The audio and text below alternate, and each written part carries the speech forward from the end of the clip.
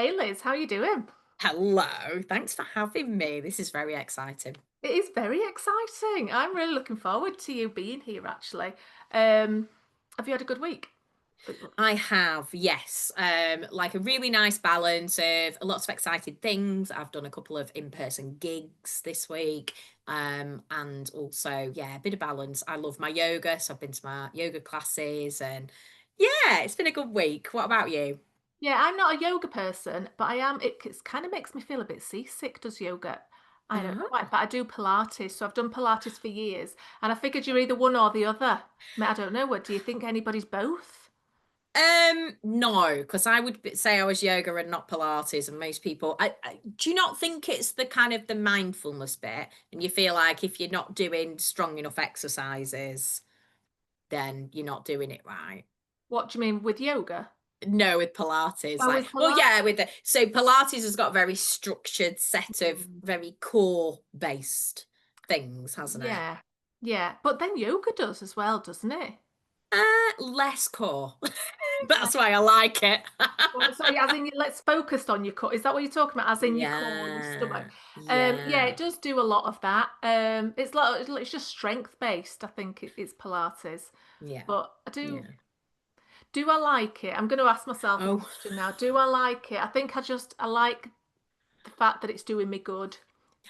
Okay, well, it's an all-round body bonus toning It thing, isn't is. it? Yeah, it's So good. I So you get had your that. I get yoga. that. I had my Pilates. We're on to a good start this Yeah, week, which is great. absolutely, So, absolutely. one of the things that we got chatting about um, in our various meetups, like our paths cross a lot, don't they? So we I have a path, we do. have a good natter, and then we'll chat about worky stuff. Is productivity, and that's what we're going to talk about today, isn't it? Absolutely. One of my favorite topics to talk to people to, be it like one-to-one like this, podcasts, conferences, training, masterclasses, things like that. It is very much a hot topic at the moment, but something I've Mm, been passionate about for at least 10 years. yeah, I know. I like it too. I like anything that makes my life easier. I just want an easy life. And do you know what? There is an undercurrent of whatever you're wanting to achieve. There's this phrase called work smarter, not harder. Mhm. Being clever in the way that you're doing things. There is like an end goal. Do you want to work less hours? Do you want to be less stressed, be more calm, be more organized? Like productivity has the umbrella that does so much good in that sort of respect that if you just want to be able to switch off at the end of the day, not worry about things. Like productivity can really help you do that. But there's a multitude of reasons, that work-life balance. So actually being able to like stop at the end of the day, completely forget about work and go to a yoga or Pilates class. Like, yes, I love that. And I can completely switch off and I can completely enjoy that session because I know I've got systems in place to deal with other things. And I think that that does come with the umbrella of productivity a lot of the time. Yeah, I think you're absolutely right. With something that I talk about with my clients is how do you want to feel?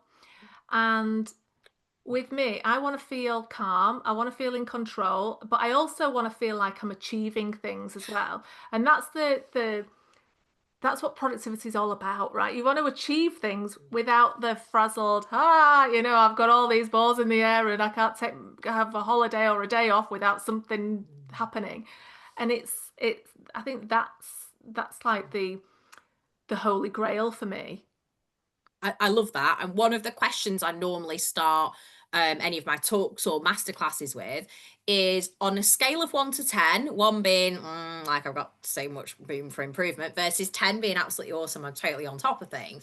Answering the question with a number of how productive, not busy, do Mm, you feel this week or today? Because actually, the difference between being busy and being productive is really different. If you're in that super busy, overwhelmed mode, where you constantly feel like you're going and doing things, you're doing this, you're doing that, you're doing the other, but you're not achieving the needle moving activities, you're not achieving the things you really want to go for, those big targets that you want to reach, then you're generally going to be being a busy person and not being productive. And that mm, is the big difference. Like the productive, to sort of contrast that would be I am doing the things that matter and I'm ticking those off my to-do list, and I'm maybe reducing distractions, reducing that overwhelm. So I'm really clearing what I need to do next and then quite easily doing it. And you kind of have a flow after a while, and you get into sort of good habits and routines, and that will help you. And then you do become less busy. I mean, you might have heard the phrase busy fool, Mm. because actually we might be feeling like we're doing lots of things, but we're probably doing the wrong things. Yeah, not And doing things sometimes that can be the issue. yeah, you're right. That you're not doing things that are actually going to make a difference. It's this cause and effect thing, I think. Is it is what you're actually spending time doing actually going to deliver you the results that you want? It's the difference between treading water and going full on, you know, front crawl, isn't it? So they both take the same amount of energy, but one is just standing still. But you feel, and I know, and I have this conversation a lot with the people that I work with. Um, you can, when you're in that mode of just being busy, you try and you're getting your dopamine kicks from just crossing things off your to-do list, like, oh, I'm Absolutely. sending Frida an email, or I'm doing this, I'm doing that, and you just, getting the tiny little bits done. But when you actually look at it at the end of the day, how much of it is actually going to catapult you forward? Mm, And that's the things that we're really, really interested in, isn't it? So yeah. what can we do to actually start catapulting ourselves forward? So we're doing the things that Mm, really make a difference. So where do you reckon most people, what traps do you reckon most people fall into when it comes to this yeah. busy Bit what? busy versus productive? Oh, so massive thing. Two things based on your audience, I think that it'll resonate with this. One is email. Mm, Continuously just doing the email. We would call that being like reactive to things. Like we're just doing the do, we're firefighting, we're having what comes into our inboxes and our messages and our emails, and just doing that. And sometimes that's actually you doing other people's agendas, other people's priorities, and not your own. What we do at the Productivity Club is we break things down. So we say, right, create your yearly goals, your yearly actions that you want to achieve, break that down into quarterly, monthly, weekly, and daily. And then that way, if you organize your tasks into actions and break those down, you're always working on the things that matter because you're aiming at what is a daily action that's related to a yearly goal that you've set yourself or a quarterly goal you've set yourself. And they're the proactive actions. What generally works really well is if you are just feeling so overwhelmed with it, in your calendar, look at your calendar and say, or even like edit the appointment if you're using a digital calendar, or note it on your paper ones. What's reactive and what's proactive? And that's a good place to start to say, what am I spending my time doing? But the emails is a big thing. And then the second thing for sort of senior managers, people who are managing other people, it's the meetings. mm, Like we can spend 70% of our time in meetings, and some of those aren't necessarily productive meetings. So you might have, some of your listeners that are managing a people, they've got to do their, supervisions and reviews and things like that. So you might have all of those meetings already pre-scheduled in. And then we get into habits where we're on groups and subgroups, we're working on projects, and each one of those potentially has a series of meetings attached to it. So you can get to the point where if you are blocking out your calendar for activity, for example, someone sees your calendar, sees it's empty, thinks you mustn't be doing anything then, and then book something in that might be a meeting and stuff. So especially in organizations where other people can see your calendar really easily, that can be an issue because they can go, oh, well, Barbara's free, so let's book some time in a calendar. And because you might not have gone into your calendar and said, I'm working on project X here, people will just assume that, oh, you're free for a meeting. And most people won't delve any deeper than look at the big gaping hole in your calendar and let's just book something in it. So meetings become one of the second biggest energy zaps for Mm. most people sitting in organizations or running bigger businesses. Yeah, oh, I completely hate. I'm actually feeling a bit like I'm coming down with hives just listening to you. Yeah, you just Yeah, sense yeah. myself like, whew. Um, right. So I'm going to just unpack some of the stuff that you've just said. Firstly, emails. Right. I think the emails is a massive, massive time suck if you let it. And I think it's that last bit, if you let it. It's about emails not running us. We're in control of our emails, not emails that dictating our day. And I appreciate that. So for some people, it might be a bit more of an issue than others, which is fine. But it's with all of this, it's about dialing up your self-awareness, isn't it? And really getting good at looking at one, when do you get your good thinking time done? And what rules do you need in place for you? And it doesn't have to be rules like for society or for the Yeah. team or anything. It can be just your rules. And one of the things that I realized a few months back is I used to be a bit of a night owl and I'd get all my great work done in the evenings, which is fine. That's now flipped. And so I'm now get all my good, I've got my brain pings on in the morning. So I've now started shifting my calendar so that I have all my calls in the afternoon and have some good thinking time in the morning. Now, and that has worked absolute wonders for me because I can shift, I get some real good thinking, focus time done. But at first, I slipped down a rabbit hole of doing the tiny bits off our to-do list. And I want to just talk about that because I think that goes with emails as well. Because we can get into the habit of going, oh, I've got that email to do and and sending it off and thinking that we're doing a good job when actually it's still not moving the needle. Yeah. So what have you got? What tips have you got? Let's just chat about that. How can we Yeah. still get our dopamine kick from all those teeny tiny things and feel like we're being Mm. super productive when actually we're just paper shuffling? Yes, and I think also that goes back to whose priority is it? Because Yeah. normally those little tidbits of things are generally priorities from other people. So send this thing, read this thing. Like they're normally other people's activities for you. Um, Whereas I think if you are doing your needle moving activities, they're generally your chosen activity or part of you being the one that does the activity there. Um, so in terms of you're absolutely right. Pick the peak performance time that works best for you to do those activities that are the needle moving activities. So try not to zap the peak time of your brain capacity with the kind of everyday firefighting things. It sounds like you've got it set up in the best way possible, where you're like, right, when is the best time for me to do something? And if you have got that ability to block that out, then obviously then that is the best scenario. And then so that's the Dr. Michael Breus does this thing called chronotypes. There's a thing called the Power of When quiz. You can figure out, if you don't know that already about yourself, you can better understand that. I block the like little tasks and the to-do things alongside the emails. So I do club them together like you just suggested there. And I do that when I'm not at my peak performance. So in chronotype land, I'm a bear. So I like to ease myself into the morning and then do my best work.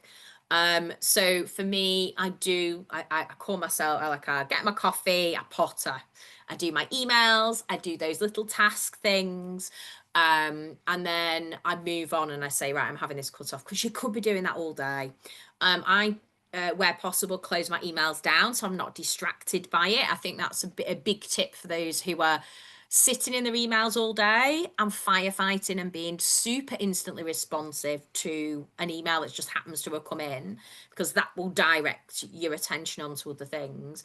And if you find yourself doing that on a regular basis, are there points in the day that you could say, do you know what, I'm just going to dip in and do 25 minutes and do all of these little things on my to-do list? Because depending on what role you've got, you might not want to leave them till the end of the week and go, I'm going to just do all these things and tidy up stuff. But it is a balance, and you're absolutely right. Like that self-awareness of like, whose task is this? Am I doing this for my priority or someone else's?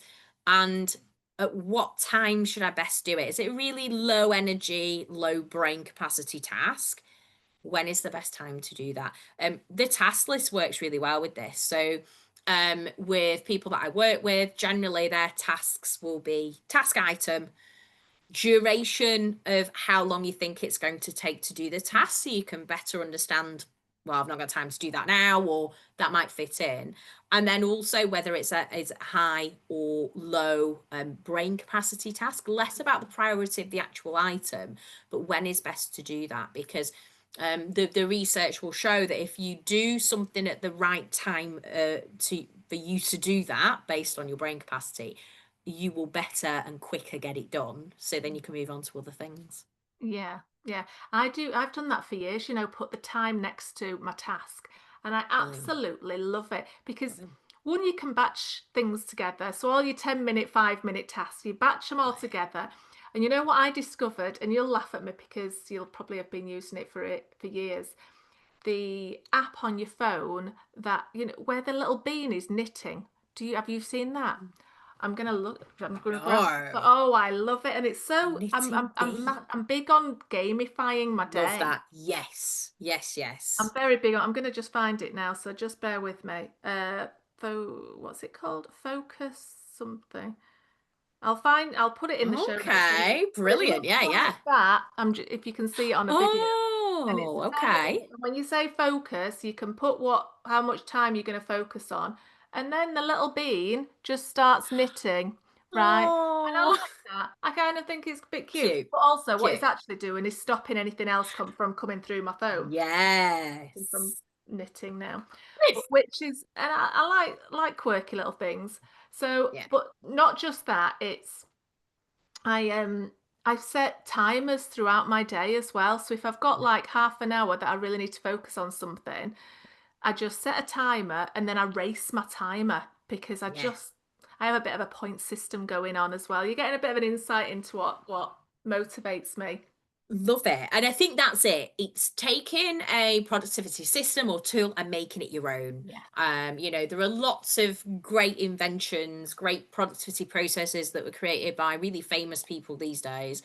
And it's just taking it and making it your own. So there are loads of tech apps out there that, will either block certain distractions and do a little knitting thing or grow a plant, or so that gamification, it's in our human nature most of the time to do that. Now it might feel counterproductive for those people who are like, oh my God, that's an added stress, Liz.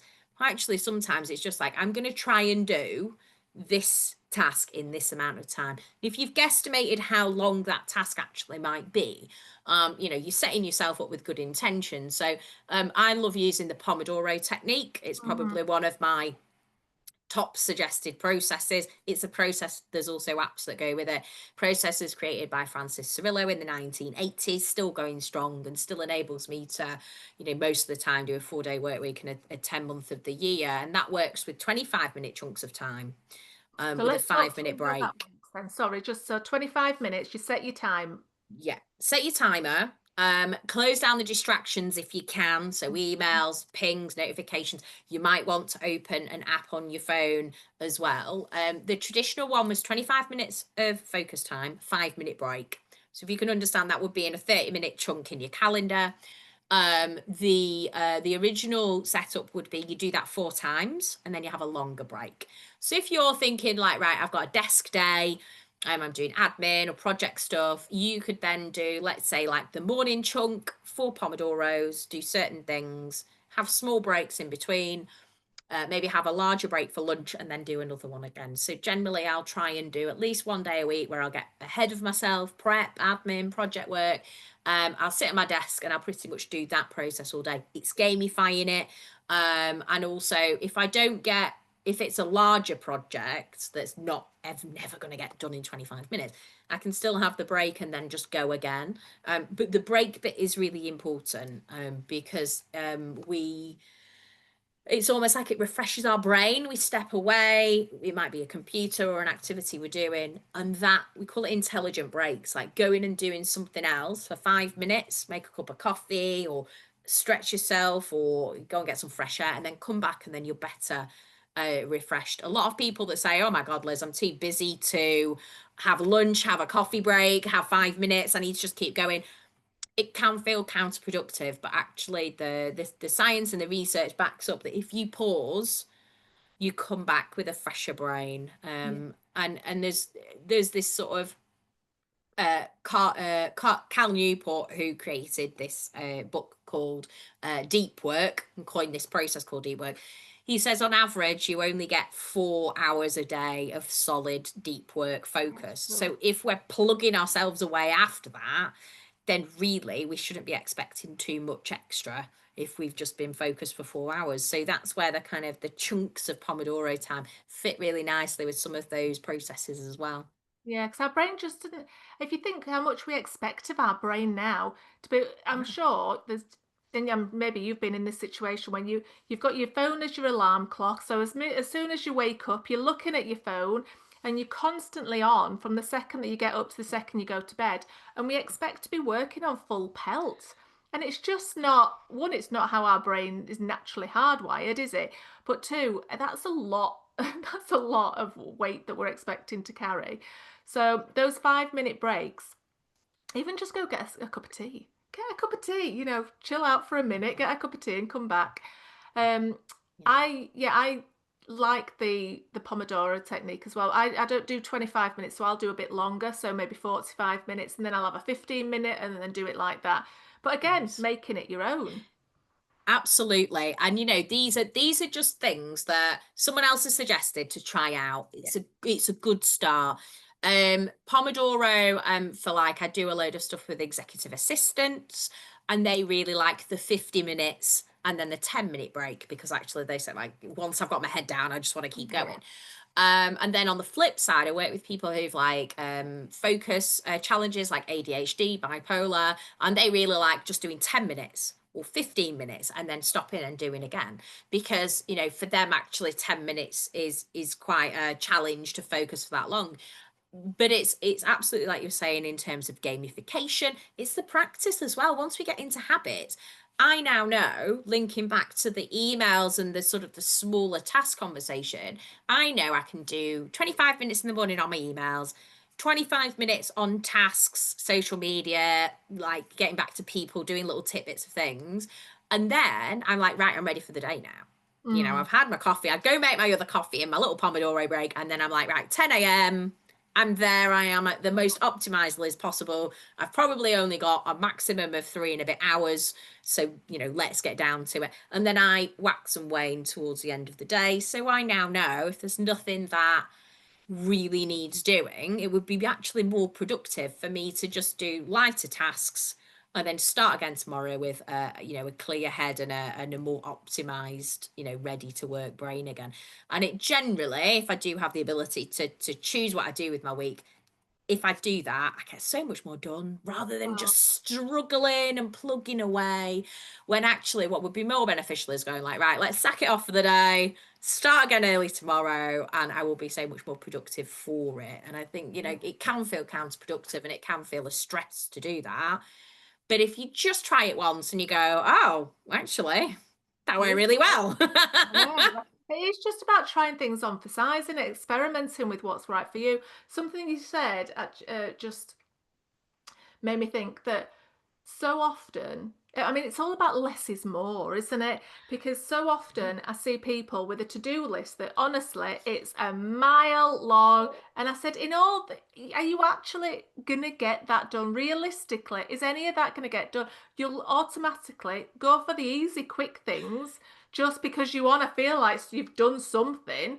And then you're carrying over all this noise till next day rather than being strategic about it. Yeah. So now you mentioned apps and we talked about my knitting buddy. It's not called that. I think it's called my focus friend, but I don't know. I'll put it in the show notes. Yeah, that But sounds familiar. yeah. Yeah. So, what other apps do you know or productivity tools? What would be your, I'm going to just put you on the spot now. Okay. What would be your Yeah. top? I want to say 10, but that's a lot to ask of you. So, what, just pick your top ones that you think, oh, I could Okay. not live without this. Okay. So my three I could not live without. Todoist is a Ooh. task management tool. It works across every platform. So you can have it on the web, on Windows, on Mac, on iOS, on Android. And when you put it in one thing, it synchronizes across loads of other things. It's also really good at integrating with other tools. So they talk to each other, they can send the information. So it might be that you have one system, someone else has another system. You can duplicate the content without having to keep copying and pasting things. You can get it so that the information talks to each other. So that can potentially save loads of time each week. I use the Todoist, and I also use my Pomodoro app, which is called Time Pie. That's one of the handful that enables you to change the duration of timers. So that's why I like it. But also, those two talk to each other. So I can open my Pomodoro app and go, right, I'm going to do 25 minutes on, and it will look at the list that's inside my Todoist, and I go, right, which one am I going to pick? I'm going to pick this thing. I'm going to set a timer, go. When I say tick, I've done it on the Pomodoro app, it then ticks it off on the Todoist. So it might not feel like much, but that's probably 15, 20 seconds of duplicate work for me to tick this off on one, tick this off on another. That incrementally over a week, over a month, over a year really does add up in terms of time wise. So, to do Yeah, go on. list, is that a to-do list ultimately? It yeah, they class themselves as a task management app. However, over the past year and definitely over the past 6 months, they're becoming more like a project management tool. So they have started to create Board View, which you might have heard of from Planner or Asana or Trello. They have a board option now. They also have a calendar integration. So you can see right there inside Todoist your calendar system and vice versa. So you can have your calendar show up with all your Todoist tasks. So you can allocate not only maybe the duration of an item, but also when you're actually going to achieve it. So having those two talk to each other works really well as well. And I think the more and more it grows, it almost overtakes some of the project management tools. So we at DigiEnable use Asana as our project management team comms platform. I have it integrated, so anytime I add a tag, it goes straight to my Todoist system because they're very similar now. Todoist only ever really started off as a task management app, but it's so much more now. Things like if you do have the mobile app, you can do it so it reminds you based on location. So if you're in the office today and you're like, right, these are the 10 things that are relevant. Now I'm physically in an office based scenario, and then maybe you go home, it will use the geolocation on your phone to say, here's the relevant things that are relevant to this location now. So that really, for it to synchronize over your laptop, your desktop, your phone, that really comes into its own. And the free version might be enough for people as well. It does a lot of the features there. Mm, nice. With anything that I use on a daily basis, so like those two, I always do just pay for the premium version because as much as I might not use all the premium features, I do always think like I've invested a lot of time and energy and all my information into this platform. I do want it to keep going, so I'm very happy to send my 30, 40 US dollars a year to the programmers to be able to keep that software running because really I did this with the previous task management app I had before Todoist was called Wunderlist, and Wunderlist got bought out by Microsoft and then they shut it down and made it into tasks. And I had everything in Wunderlist. Now Mm. luckily they enabled you to export things, but everything in my world was there, and now everything in my world is in Todoist, but I'm very conscious that they might shut down tomorrow as well, and You what need do I do support with though. that? I Right. know. And I'm with you, right? Sometimes it's great having a free version, but sometimes if you're using something all the time, I also think it's supporting the people that have made it, right? So I'm just Absolutely. Absolutely. take my Yeah. £30 or $30 or whatever it is, and because you're giving me so much back. So Exactly. And to think like if they shut down tomorrow because they didn't have enough money to keep going as a business, how Yeah, much that would impact me personally, but exactly. also my business as well. Everything is in Todoist, and I love the idea it's all in one place, but also I'm very conscious that that's not a great fail safe for if they did shut down. So yeah, Yeah. so I'm like, here, I have my $40 a year. Yes, please. Keep Yeah, going. Thank you very take it much. with love. Off you go. Take the $40. Yeah, Exactly. yeah. I think it's a good attitude to have. So we've got the first app we've got is Todoist. You've also said Time Pie. Time pie. And I would just say like whatever your preference is over a calendar app. Mm, So I actually use a calendar app on my phone called Business Calendar Pro, which will work across Google, Outlook, iCal. It all comes into one app on your phone. And I know a lot of people that are kind of have home personal or multiple businesses really struggle with everything being in one place.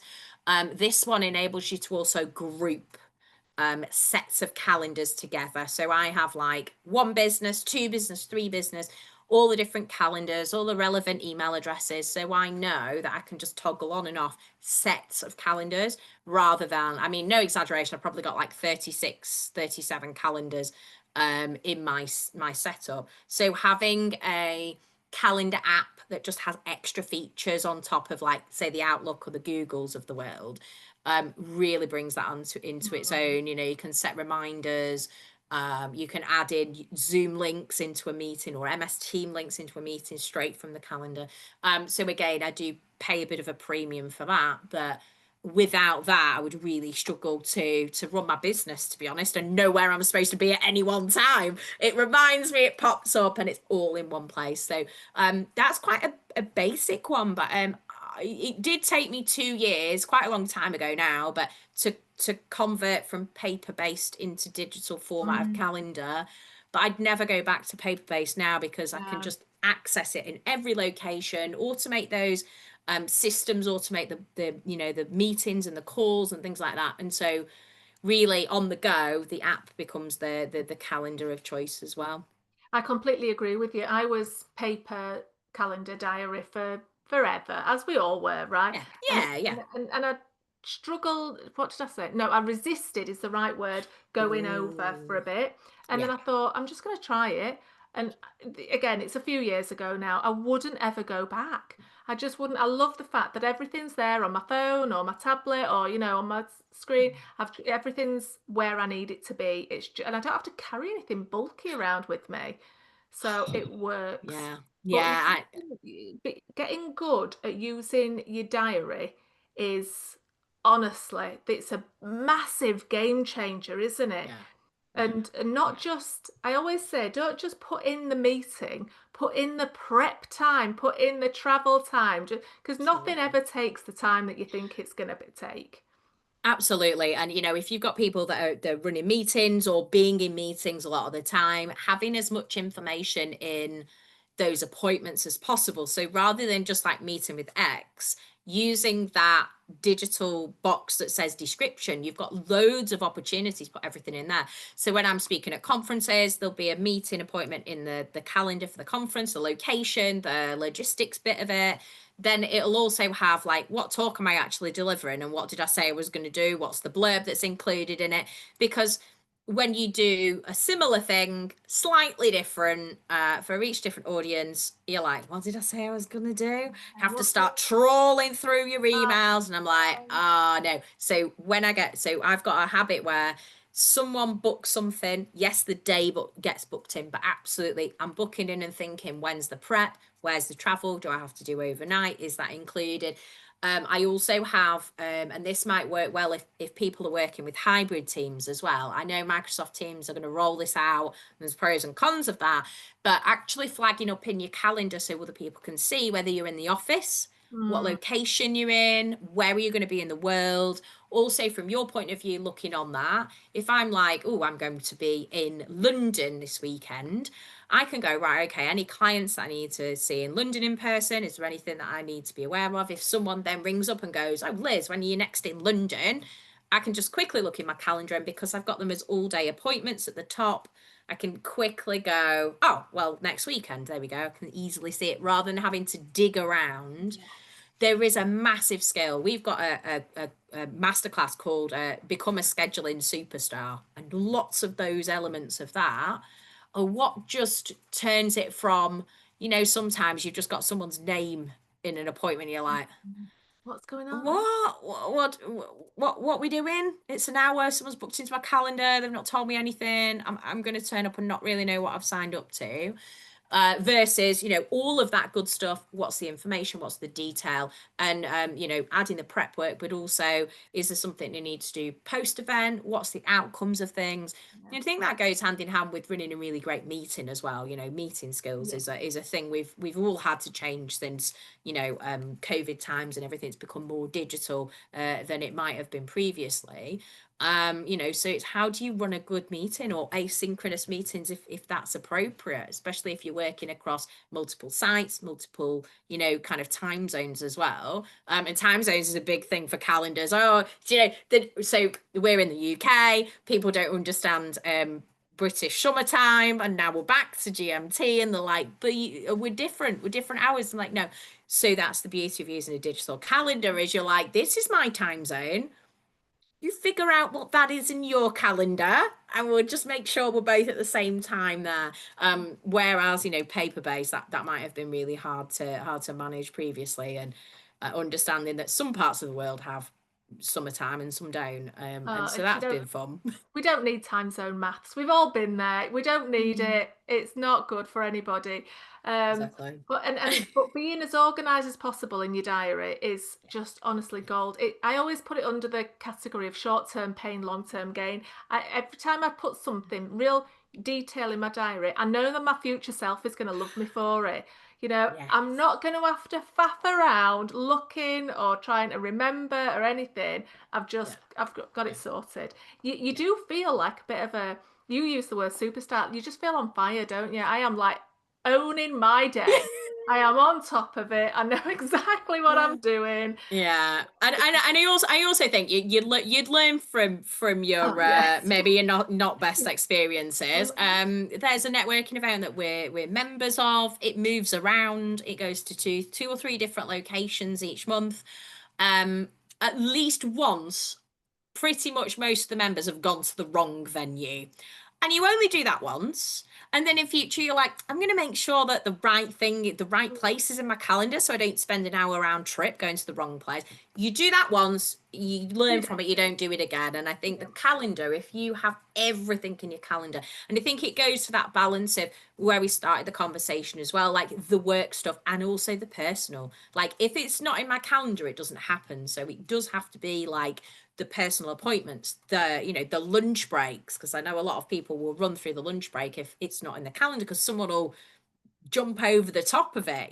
So blocking things like that out that are personal or like, are health related or fitness related, just so you make sure that you look at and you zoom out your whole week and you go, yeah, I'm happy with that. Like got Yeah, a I'm got a all right good with that. mix in it. This is good. Right, I love a full circle moment, Liz. So we'll end it there. But how can people get hold of you?